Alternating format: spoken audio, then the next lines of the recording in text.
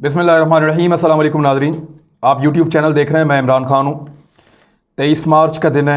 ये पाकिस्तान की तारीख़ के हवाले से एक बहुत बड़ा दिन है। कायद-ए-आज़म मोहम्मद अली जिन्ना ने करारदाद पाकिस्तान पेश की थी और उसके बाद मुसलमानों ने इकट्ठे होकर एक कौम बनकर एक मुल्क हासिल किया था पाकिस्तान। तो हमने बहुत बुरे और बहुत अच्छे वक्त देखे हैं और कई ऐसे मराहिल आए जो बहुत मुश्किल थे, लेकिन इन पाकिस्तानियों ने उस वक्त मुकाबला किया है। नरम और गर्म हालात के अंदर ये कौम खड़ी रही है और आज भी अल्हम्दुलिल्लाह खड़ी है। तो मैं मुबारकबाद देता हूँ तमाम पाकिस्तानियों को। तो पाकिस्तान जिंदाबाद। आप सबको बहुत बहुत मुबारक। 23 मार्च का आज़म आज भी इस कौम में नज़र आता है। गो कि हम बटे हुए हैं, बिखरे हुए हैं मुख्तलिफ पॉलिटिकल पोल्स के अंदर कि ये उस पॉलिटिकल पार्टी के बंदे हैं, ये उस पॉलिटिकल पार्टी के बंदे हैं, फ़िरका वारियत में बटे हुए हैं, बहुत सारी और चीज़ों में। लेकिन जब दो चीज़ें आती हैं तो पाकिस्तानी हमेशा पूरे आज़म के साथ खड़ा होता है। एक, जब नमूस रसालत का कहीं तस्करा हो जाए तो पूरा पाकिस्तान एक तरफ खड़ा हो जाता है। दो, जब पाकिस्तान के बारे में कोई पूछे और पाकिस्तान के ऊपर हर्फ आए तो पाकिस्तान का मतलब क्या, ला इलाहा इल्लल्लाह, फिर सारे इकट्ठे हो जाते हैं। तो अल्लाह ताला का बड़ा शुक्र है कि वतन से और ख़ास तौर पे नबी अकरम सल्लल्लाहु अलैहि वसल्लम से मोहब्बत ने हम सबको बांध कर रखा हुआ है और अल्लाह ताला हमारे इस अज़म को सलामत रखे। मैं अब आ जाता हूँ कि जो पॉलिटिकल इश्यूज़ पाकिस्तान में चल रहे हैं उन पे बात करनी है। आपने एक कहावत सुनी होगी, उंगली कटवा के शहीदों में नाम लिखवाना। यानी शहीद का तो मर्तबा बहुत बड़ा होता है ना, तो कोई उंगली कटवा के छोटी सी और शहीदों में नाम लिखवाने आ जाए तो वो आज की मुस्लिम लीग नून है। मरियम नवाज साहिबा ने एक स्टेटमेंट दिया। उन्होंने कहा, जी मुल्क की तारीख में मियाँ मोहम्मद नवाज शरीफ से ज़्यादा मुश्किलात किसी सियासी लीडर ने नहीं देखी। तो इसके ऊपर पाकिस्तान तहरीक इंसाफ ने कुछ नहीं कहा, इसके ऊपर और किसी ने भी कुछ नहीं कहा। इस पे उनकी अपनी इत्तेहादी जमात, जिसकी वो बहुत तारीफ़ें करते थे, पाकिस्तान पीपल्स पार्टी ने सिर्फ तस्वीरें शेयर करना शुरू की हैं मोहतरमा बेनज़ीर भुट्टो साहिबा की और नुसरत भुट्टो साहिबा की, जुल्फ़िकार अली भुट्टो साहब की और जरदारी साहब की। उन दिनों की तस्वीरें जब वो बहुत तकलीफ़ में थे, बहुत परेशानी में थे। तो नवाज शरीफ साहब तो उन परेशानियों को कहीं सोच भी नहीं सकते, सोचेंगे तो डिप्रेशन में चले जाएंगे। और मियाँ नवाज शरीफ साहब से ज़्यादा मुश्किलात तो किसी ने नहीं देखी। आपको याद होगा जब मुश्किल में फंसे तो 2001 में जद्दा चले गए थे, इनको अरबी निकाल कर ले गए थे, इनके पैसों और औलाद और रिश्तेदारों समेत जद्दा चले गए थे। लंबे अरसे तक जद्दा में रहे, फिर वहाँ से इंग्लैंड चले गए, वहाँ प्रॉपर्टीज़ बनाई, कारोबार किया, पाकिस्तान से अपना पैसा भी ले गए। तो बहुत मुश्किलात देखी। और अब जब वो अदालत में सज़ा हुई उनको और वो कैद काट रहे थे करप्शन के इल्ज़ामात पे, तो वो लंदन चले गए हैं। वहाँ वो अपनी औलाद के साथ मज़े से अपनी ज़िंदगी गुजार रहे हैं और बाकी रिश्तेदारों को भी दिल लगी के लिए वहाँ पे बुलाया है। और कुछ पार्टी के बहुत करीबी लोग या दोस्त वो भी मियाँ नवाज शरीफ साहब के साथ लंदन में मौजूद हैं। तो बहुत सख्त मुश्किलात मियाँ नवाज शरीफ साहब देख रहे हैं। जब पाकिस्तान वापस आए तो जितनी चीज़ें उनकी जब्त की गई थी सरकार की जानिब से, वो सारी चीज़ें उनको वापस दी गई, उनकी फैक्ट्रियां तक उनको वापस मिल गई। पाकिस्तान की तारीख में एस्टेब्लिशमेंट का सबसे तगड़ा घोड़ा जो है वो मियाँ नवाज शरीफ साहब रहे हैं। जनरल ज़ियाउल हक साहब की मेहरबानियाँ हैं। जनरल कियानी साहब ने लॉन्ग मार्च में मियाँ नवाज शरीफ साहब को दोबारा ज़िंदा करके हीरो बनाया। ये जो लॉन्ग मार्च हुआ था, जजेस की बहाली के लिए, इसका क्रेडिट मियाँ नवाज शरीफ साहब को दिया गया।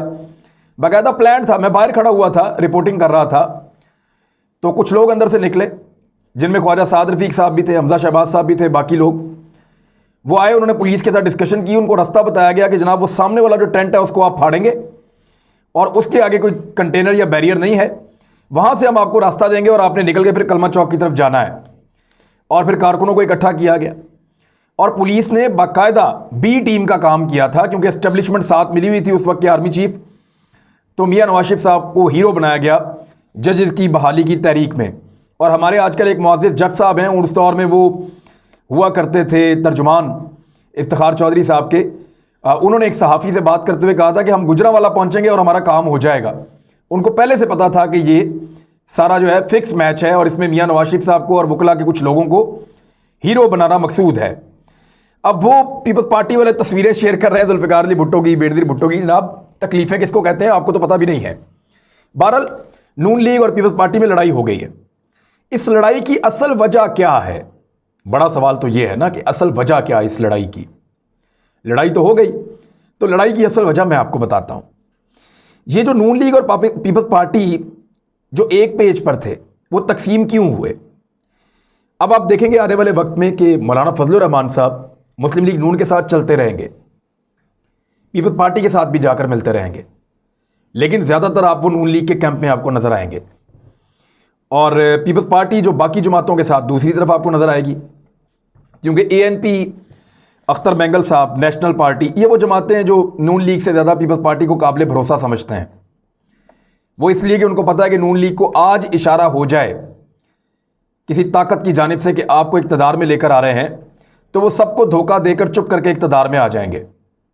लेकिन पाकिस्तान पीपल्स पार्टी बाकी सबको साथ लेकर चलने पर यकीन रखती है और मुस्लिम लीग नून की अपनी जो स्ट्रेटजी है उसने मुस्लिम लीग नून को सेंट्रल पंजाब तक महदूद कर दिया है। यानी आप देखें इस वक्त बलूचिस्तान में आपको नून लीग नज़र नहीं आती, सिंध में आपको नून लीग नज़र नहीं आती, खैबर पख्तूनख्वा में बहुत खरामा नून लीग कहीं बची है। अगर खैबर पख्तूनख्वा की जमातों का आप मवाजना करें तो वहाँ पे PTI बड़ी जमात है, ANP एक बहुत बड़ी जमात है, फजलुर रहमान साहब की जमात बड़ी है, जमात इस्लामी जो है वो भी एक हैसियत वहाँ पे रखती है, लेकिन PMLN ने अपने आप को वहाँ पे श्रिंक किया है, कमज़ोर किया है। सिंध में पहले ही कभी नून लीग नहीं गई थी और बलूचिस्तान में भी उनके हालात अब पतले हैं, जो 2-4 लोग थे वो भी पार्टी छोड़कर चले गए। तो मौलाना फजलुर रहमान साहब क्यों खड़े रहेंगे, उसकी वजह मैंने आपको पिछले व्लॉग में बताई थी कि मौलाना फजलुर रहमान साहब ने मियाँ नवाज शरीफ साहब से मुबैना तौर पे, उनकी अपनी पार्टी के लोग कह रहे हैं, मैं नहीं कह रहा, कि JUIF के लोगों ने, मौलाना फजलुर रहमान साहब ने 78 करोड़ रुपया मुस्लिम लीग नून से पहले लिया था और 1 अरब 25 करोड़ रुपया अब लिया है और तकरीबन 3.25 करोड़ रुपया मज़ीद हासिल करेंगे।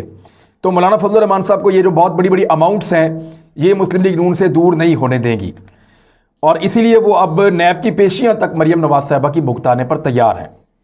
लड़ाई क्यों हुई उस बात पे आ रहे हैं। मैंने आपसे कहा था कि एक वीडियो लीक हुई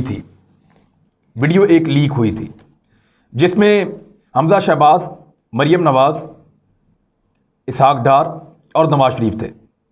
ये जो वीडियो लीक हुई, इस वीडियो की जो इन्फॉर्मेशन है वो जरदारी साहब तक पहुंची और उनको ये बताया गया कि पाकिस्तान पीपल्स पार्टी और आसिफ अली जरदारी साहब के सख्त खिलाफ हैं मुस्लिम लीग नून की क़यादत और उन्होंने ये तय कर लिया है कि पीपल्स पार्टी को पंजाब में कोई शेयर नहीं लेने देना। इस तहरीक के नतीजे में कुछ भी ऐसा नहीं करना कि बिलावल या जरदारी साहब पंजाब में पॉपुलर होना शुरू हो जाएं, जैसा कि मुल्तान में उन्होंने मेला लूटने की कोशिश की और यह तय किया गया कि यूसुफ रज़ा गिलानी साहब को चेयरमैन सेनेट नहीं बनाया जाएगा।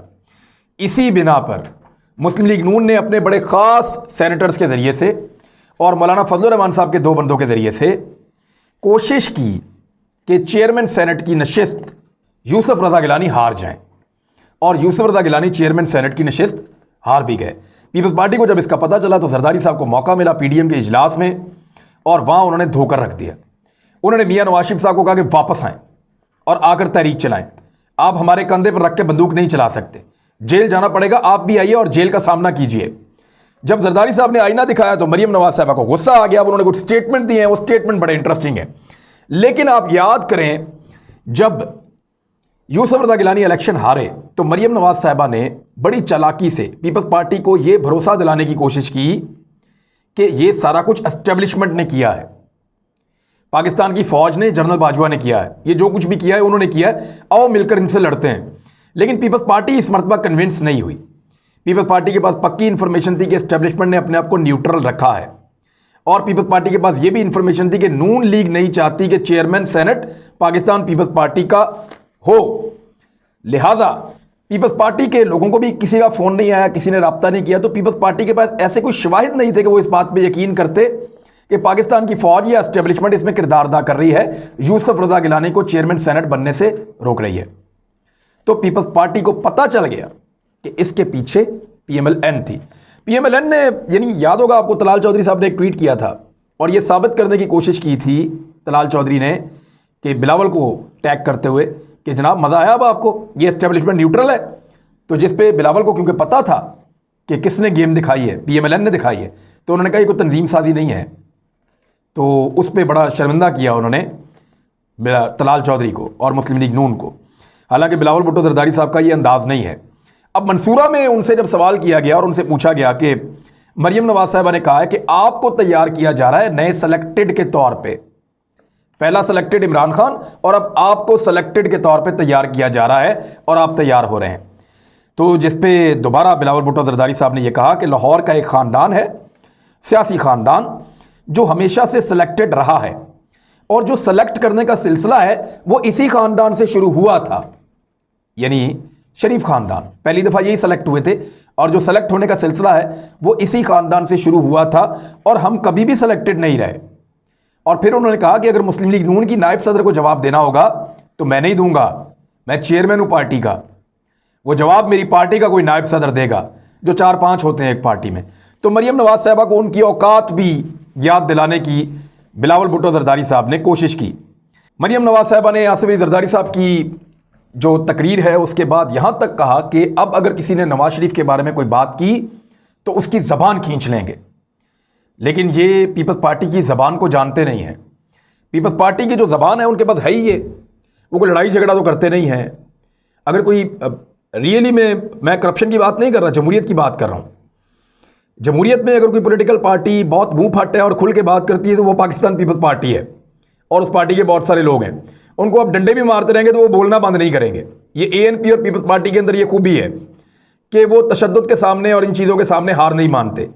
पीएमएलएन की अभी ऐसी कोई ट्रेनिंग नहीं है, ये चूरी खाने वाले मजनू हैं, वो आपको नज़र आ जाएगा जब वक्त आएगा। तो बहरहाल इस वक्त नवाज शरीफ साहब को किसी ने कुछ कहा तो उनकी ज़बान खींच लेंगे, तो पीपल्स पार्टी की ज़बान क्या मरियम नवाज साहबा खींच सकेंगी?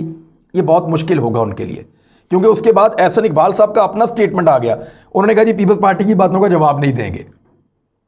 एक तरफ नायब सदर क्या कह रही हैं कि अगर किसी ने नवाज शरीफ का नाम लिया तो ज़बान खींच देंगे, दूसरी तरफ एहसन इकबाल क्या कह रहे हैं कि पीपल्स पार्टी को हम जवाब नहीं देंगे। तो कैसे खींचेंगे फिर ज़ुबान जब आप उनको जवाब ही नहीं दे रहे? तो पीपल्स पार्टी जो है वो चंद कदम आगे निकल गई है और नवाज शरीफ को किसी ने कुछ कहा तो ज़बान खींच लेंगे, लेकिन अगर कोई पाकिस्तान को गटर कहेगा तो हम ज़बान नहीं खींचेंगे बल्कि अपने जलसों के अंदर उसकी तारीफ़ें करेंगे। समझ गए होंगे आप इशारा? अगर कोई पाकिस्तान को गटर कहेगा तो उसकी ज़बान नहीं खींचेंगे, उसकी हम तारीफ़ें करेंगे, उसका साथ देंगे, उसके साथ खड़े होंगे, उसके साथ इज़हार यकजहती करेंगे। लेकिन अगर कोई सजा याफ्ता मुजरिम के खिलाफ बात करेगा तो उसकी ज़बान खींच लेंगे। ये पाकिस्तान की एक पॉलिटिकल पार्टी अब सिर्फ शख्सियात के गिर्द घूम रही है, नज़रिया पाकिस्तान से या पाकिस्तान से अपना ताल्लुक हटा रही है। ये सिर्फ बदले की सियासत चल रही है। अब नैब को धमकी देकर जा रहे हैं, यानी इससे पहले कभी ऐसा नहीं हुआ कि किसी इदारे के अंदर कोई पेश होने जा रहा हो और उस इदारे को पहले धमकी लगा के और फिर जा रहा हो कि मैं आ रहा हूं, बताता हूं तुम्हें। ऐसा नहीं होता, लेकिन अब ऐसा हो रहा है। नैब ने रेंजर्स को भी कह दिया है, पुलिस को भी कह दिया है, पंजाब गवर्नमेंट को कहा है कि जनाब इसको रेड जोन बनाएं, और नैब और उसके आसपास के एरिया को रेड जोन करार दे दिया गया है और वहां पे सख्त तरीन इंतजाम किए जा रहे हैं सिक्योरिटी के। लेकिन दूसरी जानिब मुस्लिम लीग नून ने डंडा बरदार, पत्थर बरदार ऐसे बहुत सारे लोगों को, लाहौर में बहुत सारे ऐसे लोग हैं जो क्रिमिनल टाइप के लोग हैं, उनको भी कहा गया है और वो नौजवानों को और बंदों को इकट्ठे कर रहे हैं। अब जब पेंडेमिक फैल रहा है, बहुत कोरोना की शिकायत आ रही हैं, ऐसे मौका पर अगर नैब मरियम नवाज साहिबा को बुलाता है और वो बहुत बड़ा हुजूम लेकर जाती हैं तो ना सिर्फ कोरोना फैलेगा बल्कि पुलिस के साथ शदीद तरीन तसादुम का ख़तरा भी मौजूद रहेगा।